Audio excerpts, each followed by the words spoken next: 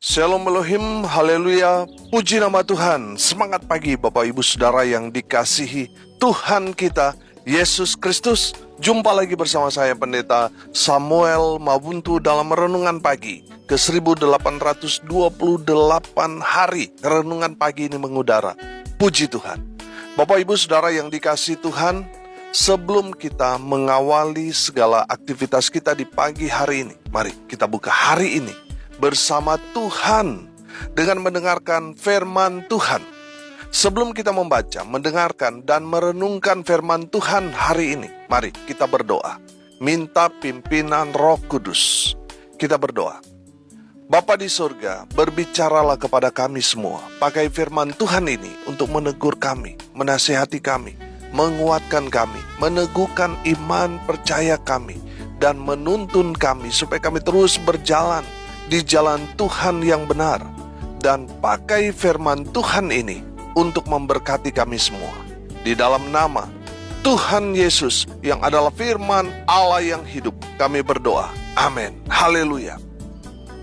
Bapak Ibu Saudara yang dikasihi Tuhan, bersama dengan saya kita akan belajar Alkitab dari kitab Kejadian sampai kitab Wahyu. Mari buka Alkitab kita dalam kitab Hakim-Hakim pasal 2 ayat 6 sampai ayat 23. Di bawah perikop, orang Israel menyembah berhala pada zaman hakim-hakim. Demikian firman Tuhan. Setelah Yosua melepas bangsa itu pergi, maka pergilah orang Israel itu masing-masing ke milik pusakanya untuk memiliki negeri itu. Dan bangsa itu beribadah kepada Tuhan sepanjang zaman Yosua dan sepanjang zaman para tua-tua yang hidup lebih lama daripada Yosua, dan yang telah melihat segenap perbuatan yang besar yang dilakukan Tuhan bagi orang Israel. Dan Yosua bin Nun, hamba Tuhan itu, mati pada umur 110 tahun. Ia dikuburkan di daerah milik pusakanya di Timnat Heres, di pegunungan Efraim, di sebelah utara gunung Gaas.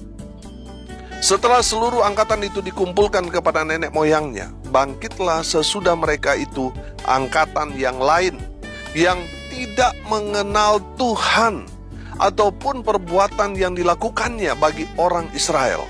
Lalu orang Israel melakukan apa yang jahat di mata Tuhan, dan mereka beribadah kepada para Baal.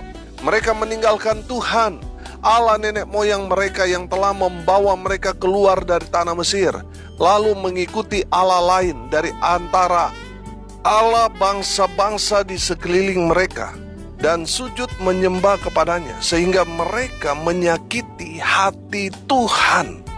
Demikianlah mereka meninggalkan Tuhan dan beribadah kepada Baal dan para Asitoret. Maka bangkitlah murka Tuhan terhadap orang Israel. Ia menyerahkan mereka ke dalam tangan perampok dan menjual mereka kepada musuh di sekeliling mereka, sehingga mereka tidak sanggup lagi menghadapi musuh mereka.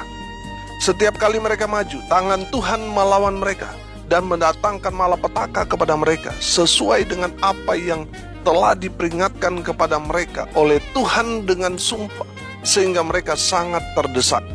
Maka Tuhan membangkitkan hakim-hakim yang menyelamatkan mereka dari tangan perampok itu. Tetapi juga para hakim itu tidak mereka hiraukan, karena mereka berzina dengan mengikuti Allah lain dan sujud menyembah kepadanya. Mereka segera menyimpang dari jalan yang ditempuh oleh nenek moyangnya yang mendengarkan perintah Tuhan. Mereka melakukan yang tidak patut. Setiap kali apabila Tuhan membangkitkan seorang hakim bagi mereka, maka Tuhan menyertai hakim itu dan menyelamatkan mereka dari tangan musuh mereka selama hakim itu hidup. Sebab Tuhan berbelas kasihan mendengar rintihan mereka, karena orang-orang yang mendesak dan menindas mereka. Tetapi apabila hakim itu mati, kembalilah mereka berlaku jahat, lebih jahat dari nenek moyang mereka, dengan mengikuti Allah lain, beribadah kepadanya dan sujud menyembah kepadanya. Dalam hal apapun mereka tidak berhenti dengan perbuatan dan kelakuan mereka yang tegar itu. Apabila murka Tuhan bangkit terhadap orang Israel, berfirmanlah ia karena Bangsa ini melanggar perjanjian yang telah kuperintahkan kepada nenek moyang mereka dan tidak mendengarkan firman-Ku. Maka aku pun tidak mau menghalau lagi dari depan mereka satupun dari bangsa-bangsa yang ditinggalkan Yosua pada waktu matinya. Supaya dengan perantaran bangsa-bangsa itu, aku mencobai orang Israel. Apakah mereka tetap hidup menurut jalan yang ditunjukkan Tuhan, seperti yang dilakukan oleh nenek moyang mereka atau tidak? Demikianlah Tuhan membiarkan bangsa-bangsa itu tinggal dengan tidak segera menghalau mereka. Mereka tidak diserahkannya ke dalam tangan Yosua. Amin. Haleluya. Bapak Ibu Saudara yang dikasihi Tuhan, dalam firman Tuhan ini kita akan melihat grafik pasang surut iman bangsa Israel. Waktu Yosua dan para tua-tua itu masih hidup, iman bangsa Israel itu kuat.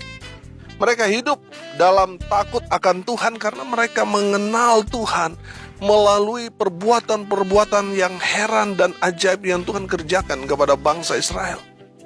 Tetapi semuanya begitu cepat berubah ketika Yosua mati dan para tua-tua yang hidup di zaman Yosua semuanya mati satu persatu. Dan lahir generasi baru yang tidak mengenal Tuhan. Setelah lahir generasi baru yang tidak takut Tuhan, bangsa Israel mulai terpuruk imannya. Karena generasi yang baru ini tidak hidup takut Tuhan, tidak mengenal Tuhan. Mereka tidak beribadah kepada Tuhan Allah Israel, tetapi mulai terpengaruh dengan penyembahan-penyembahan yang dilakukan oleh orang-orang yang ada di tanah Kanaan. Bangsa Israel ini sangat mudah dipengaruhi, dan benar saja Israel terpengaruh dengan penyembahan-penyembahan berhala, Baal, dan Asitoret yang dilakukan oleh orang-orang Kanaan. Perbuatan inilah yang membuat Tuhan itu murka sakit hati kepada bangsa Israel. Karena umatnya tidak lagi beribadah kepada Tuhan Allah Israel, Allah yang disembah oleh nenek moyang mereka.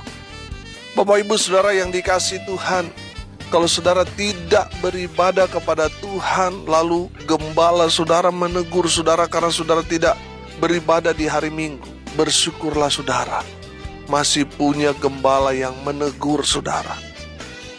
Kenapa saudara harus bersyukur masih punya gembala yang menegur saudara? Karena bagi saya lebih baik gembala saudara menegur, marah kepada saudara karena saudara tidak beribadah, daripada Tuhan yang murka kepada saudara. Betul? Kalau Tuhan murka kepada kita, celaka kita semua. Betul? Jadi kalau ada gembala saudara, dia masih menegur saudara, dia masih marah kepada saudara ketika saudara tidak beribadah di hari Minggu, itu berarti saudara aman. Kalau masih ada yang menegur, marah kita karena kita tidak beribadah, itu menandakan saudara aman. Kalau saudara masih mengeraskan hati, tidak mau bertobat, tidak mau beribadah padahal sudah ditegur hamba Tuhan, oh tunggu saudara, cepat atau lambat murka Tuhan itu pasti akan datang menghampiri saudara. Kalau saudara tidak bertobat, saudara akan celaka. Kalau saudara bertobat, saudara selamat. Amin. Haleluya. Kalau saudara tidak beribadah kepada Tuhan menurut firman Tuhan ini, tidak beribadah kepada Tuhan itu adalah satu perbuatan yang jahat di mata Tuhan. Perbuatan itulah yang memancing murka Tuhan ketika umatnya tidak datang beribadah kepada Tuhan. Jadi dengar baik saudara. Saudara yang mendengarkan kebenaran firman Tuhan ini, dan mungkin saudara sudah lama tidak pergi ke gereja. Saudara beribadah tetapi beribadah online saudara. Saudara tidak datang ke rumah Tuhan. Saudara sudah ditegur tapi masih mengeraskan hati, saudara bertobat. Sebelum murka Tuhan ini datang menghampiri saudara, bertobat. Saudara lihat, karena kekerasan hati bangsa Israel, Tuhan murka dan menghukum bangsa Israel ini. Lihat ayat 14. Maka bangkitlah murka Tuhan terhadap orang Israel. Ia menyerahkan mereka ke dalam tangan perampok dan menjual mereka kepada musuh di sekeliling mereka, sehingga mereka tidak sanggup lagi menghadapi musuh mereka. Tuhan murka dan menghukum Israel dengan menyerahkan bangsa Israel ke tangan perampok. Kalau diserahkan ke tangan perampok, itu artinya semua harta benda yang dimiliki oleh orang-orang Israel pada saat itu dirampas oleh musuh-musuh mereka. Dan bangsa Israel miskin, tidak punya apa-apa lagi. Saudara, Tuhan murka dan menghukum Israel dengan cara menjual mereka kepada musuh Israel, dijadikan budak. Saudara, bukan hanya itu saja. Di ayat 15 di sana dikatakan, Tuhan mendatangkan malapetaka kepada mereka. Kenapa? Mereka dirampok, dijadikan budak, mereka ditimpa malapetaka karena mereka tidak mau beribadah kepada Tuhan. Bapak Ibu Saudara yang dikasihi Tuhan, dengar ini baik-baik. Ketika kita tidak beribadah kepada Tuhan, kita akan kena murka Tuhan ini. Makanya bertobat, saudara. Amin. Dengar baik. Walaupun bangsa Israel ini telah menyakiti hati Tuhan, Tuhan mendatangkan murka Tuhan atas mereka. Tapi saya melihat Tuhan tetap mengasihi umatnya. Amin. Haleluya. Ketika bangsa Israel ini sedang terpuruk, di mana mereka dijadikan budak oleh musuh-musuh mereka, bangsa Israel ini kemudian sadar. Mereka kemudian berseru kepada Tuhan. Mereka memanggil Tuhan. Mereka menyerukan pertobatan. Dalam seruan mereka itu, Tuhan berbelas kasih kepada mereka dan mengirim penolong untuk mengangkat umat Tuhan yang sedang terpuruk, yang diperbudak, dan ditimpakan malapetaka itu. Tuhan kirim orang untuk menolong mereka, mengangkat mereka dari keterpurukan mereka. Haleluya. Siapa yang Tuhan kirim untuk menyelamatkan bangsa Israel dari keterpurukan mereka? Tuhan mengirim Sefer Shofetim, yang artinya hakim-hakim. Untuk apa? Untuk menolong Israel. Haleluya. Hakim di sini saya melihat ini bukan jabatan yudisial, bukan. Hakim di sini adalah orang yang diangkat Tuhan untuk menyelamatkan bangsa Israel, untuk memimpin, untuk menegakkan hukum. Dan saya melihat hakim ini adalah seorang yang membawa bangsa Israel untuk hidup takut akan Tuhan. Haleluya. Bapak Ibu Saudara yang dikasihi Tuhan, dari kebenaran firman Tuhan ini, saya mencoba menyimpulkan. Kita belajar dari firman Tuhan ini. Yang pertama, saudara, hiduplah takut akan Tuhan. Ketika kita hidup takut akan Tuhan, kita akan dijauhkan dari semua malapetaka. Tuhan akan menjaga, Tuhan akan melindungi saudara dan saya yang hidup takut akan Tuhan.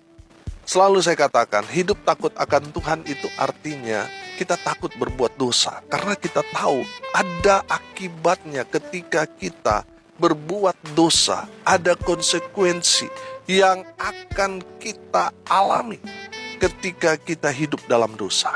Kalau kita hidup takut akan Tuhan, kita pasti akan menjaga hidup kita, diri kita, supaya hidup berkenan selalu di hadapan Tuhan.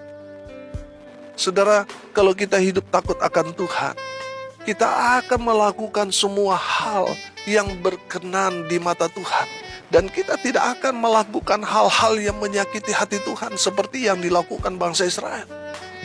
Bapak Ibu Saudara yang dikasihi Tuhan, mari kita mau hidup takut akan Tuhan. Takut berbuat dosa. Takut melanggar firman Tuhan. Kita memang betul-betul mau hidup sesuai dengan kebenaran firman Tuhan. Haleluya. Yang kedua, saudara, setialah beribadah kepada Tuhan. Amin. Saya perhatikan dari firman Tuhan ini, Tuhan murka kepada bangsa Israel karena mereka tidak beribadah kepada Tuhan Allah Israel. Mereka beribadah kepada penyembahan-penyembahan berhala. Mereka memuja-muji Baal, hasil buatan tangan mereka sendiri. Mereka percaya kepada Asitoret atau ilmu perbintangan. Saudara yang dikasihi Tuhan, sadar atau tidak sadar, kadangkala kita menjadi orang-orang yang menyembah berhala. Kita lebih mentuhankan bos kita, pekerjaan kita, usaha kita, sehingga kita tidak beribadah kepada Tuhan di hari-hari yang harusnya kita ada di rumah Tuhan, tapi karena kita takut sama bos kita, karena kita takut kehilangan pendapatan kita, karena kita takut kehilangan pekerjaan kita, sehingga kita tidak beribadah di hari dan waktu untuk seharusnya kita ada di rumah Tuhan. Kalau kita tidak beribadah kepada Tuhan di hari Minggu misalnya, itu menandakan kita sedang menyembah Allah lain yang bukan Tuhan. Kita sedang menyembah bos kita, usaha pekerjaan kita. Kalau kita tidak beribadah kepada Tuhan di hari Minggu, saya kasih contoh tadi. Saudara yang dikasih Tuhan, kalau saudara sudah tidak beribadah kepada Tuhan, cepat atau lambat, saudara akan kena murka Tuhan. Makanya bertobat, saudara. Bertobat. Kembali kepada Tuhan. Beribadah kepada Tuhan. Amin. Haleluya. Yang terakhir, yang ketiga, saudara, saya dapat dari kebenaran firman Tuhan ini.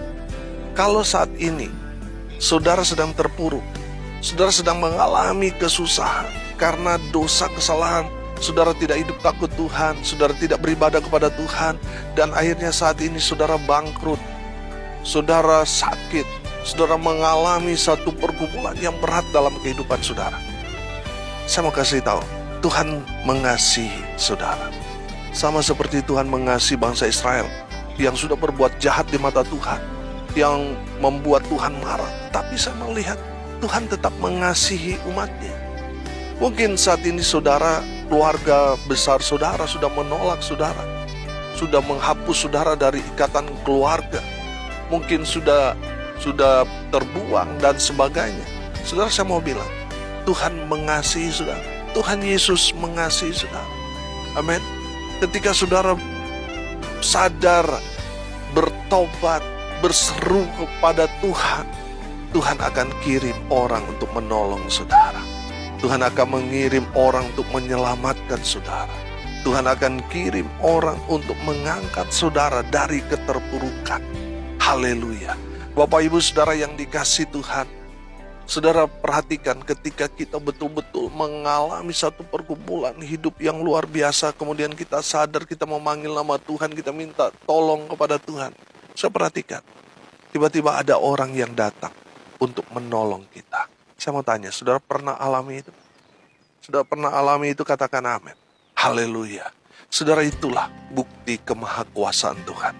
Ketika kita sadar, kita bertobat, kita berseru kepada Tuhan, Tuhan kirim orang untuk mengangkat saudara dari keterpurukan saudara. Saudara yang dikasihi Tuhan, sama seperti bangsa Israel ketika mereka terpuruk. Mereka berseru kepada Tuhan, kirim hakim-hakim untuk mengangkat mereka dari keterpurukan mereka. Dan saya percaya itu masih terjadi sampai sekarang ini. Haleluya. Bapak Ibu Saudara yang dikasihi Tuhan, hiduplah takut akan Tuhan. Beribadahlah kepada Tuhan. Kalau saat ini saudara sudah jatuh dalam dosa, saudara sangat-sangat terpuruk, Tuhan tetap mengasihi saudara. Sadar, bertobat, berseru kepada Tuhan, dan saudara akan melihat pertolongan Tuhan sungguh nyata dalam kehidupan saudara. Haleluya. Mari kita berdoa. Terima kasih Bapa di surga atas kebenaran firman yang sangat memberkati kami. Berkati semua pendengar dimanapun mereka berada. Tuhan memberkati hidup mereka. Tuhan memberkati rumah tangga mereka. Usaha pekerjaan pelayanan mereka diberkati Tuhan. Diurapi Tuhan, dipakai Tuhan dengan luar biasa. Mereka yang sakit, Tuhan lawat mereka, sembuhkan mereka. Di dalam nama Tuhan Yesus, kami percaya tidak ada yang mustahil bagi Tuhan. Hamba berdoa di dalam nama Tuhan Yesus, biarlah darah Yesus mengalir seluruh tubuh mereka yang sakit dan mereka merasakan kuasa kesembuhan, mujizat Tuhan terjadi dalam hidup mereka. Mereka yang saat ini sedang berduka cita, Tuhan memberikan penghiburan kepada keluarga yang ditinggalkan. Mereka yang hari ini berulang tahun, Tuhan Yesus memberkati mereka dengan umur panjang. Kesehatan, kekuatan dari Tuhan menyertai hidup mereka selalu. Hamba berdoa menyerahkan pelayanan kami, ibadah ucapan syukur 5 tahun audio renungan pagi ini mengudara. yang akan kami laksanakan tanggal 29 Juni jam 5 sore di Hotel Infinity Egg Jimbaran, Bali. Kami serahkan semuanya ke dalam tangan Tuhan. Pembicara, pelayan altar, dan semua yang hadir, Tuhan Yesus melawat mereka. Mereka yang sudah menabur, Tuhan memberkati mereka. Tuhan, hamba berdoa, biarlah Tuhan beracara sehingga di perayaan hari ulang tahun yang kelima ini kami tambah semangat melayani Tuhan. Dan semua yang mengambil bagian dalam pelayanan itu dilawat kuasa Tuhan, diberkati Tuhan Yesus. Terima kasih Bapa di surga. Kami berdoa biarlah berkat surga turun memenuhi semua pendengar. Bapak Ibu Saudara yang dikasihi Tuhan, arahkanlah hatimu dan terimalah berkat dari Tuhan Yesus. Tuhan memberkati engkau dan melindungi engkau. Tuhan menyinari engkau dengan wajahnya dan memberi engkau kasih karunia. Tuhan menghadapkan wajahnya kepadamu dan memberi engkau damai sejahtera. Di dalam nama Tuhan Yesus sumber segala berkat. Bapak Ibu Saudara yang percaya diberkati Tuhan, katakan amin. Puji Tuhan. Bapak Ibu Saudara yang dikasihi Tuhan, kalau saudara merasa diberkati melalui renungan pagi ini, bagikan juga kepada saudara-saudara yang lain agar mereka juga diberkati. Karena untuk itulah kita dipanggil untuk jadi berkat. Haleluya.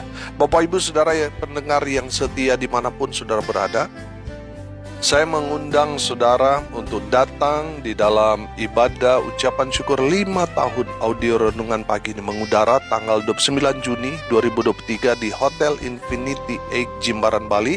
Kita akan melaksanakan ibadah KKR. Kita akan mulai jam 5 sore sampai selesai. Kita akan mengadakan ucapan syukur. Mari saudara pendengar setia yang diberkati Tuhan, saudara dipulihkan, mari bagikan kesaksian saudara dalam ibadah itu saudara. Saudara, ibadah ini akan memotivasi saya untuk lebih lagi di dalam Tuhan, memberitakan Injil Kerajaan Allah di zaman-zaman akhir ini. Saudara, mari datang dalam ibadah KKR ini. Saudara yang mau datang harap mengkonfirmasi kehadiran Bapak Ibu Saudara sekalian dengan cara menjapri WA saya di 081337 491 360 karena tempat terbatas. Saya tunggu konfirmasi kehadiran saudara pendengar semua. Haleluya. Bapak Ibu Saudara pendengar yang setia yang mau menabur untuk mensukseskan perayaan HUT yang kelima, renungan pagi ini mengudara, saudara bisa menabur, mentransfer ke rekening Bank Mandiri di nomor rekening 14503 kali 6719476 atas nama saya sendiri. Saudara yang dikasihi Tuhan, saya mengucapkan banyak terima kasih kepada Bapak Ibu Saudara yang terus mendukung pelayanan ini melalui doa, daya, dan dana. Tuhan Yesus memberkati saudara dengan luar biasa. Haleluya. Salam kasih dari Bali. Saya Pendeta Samuel Mabuntu. Sampai jumpa besok pagi. Tuhan Yesus memberkati kita semua. Haleluya.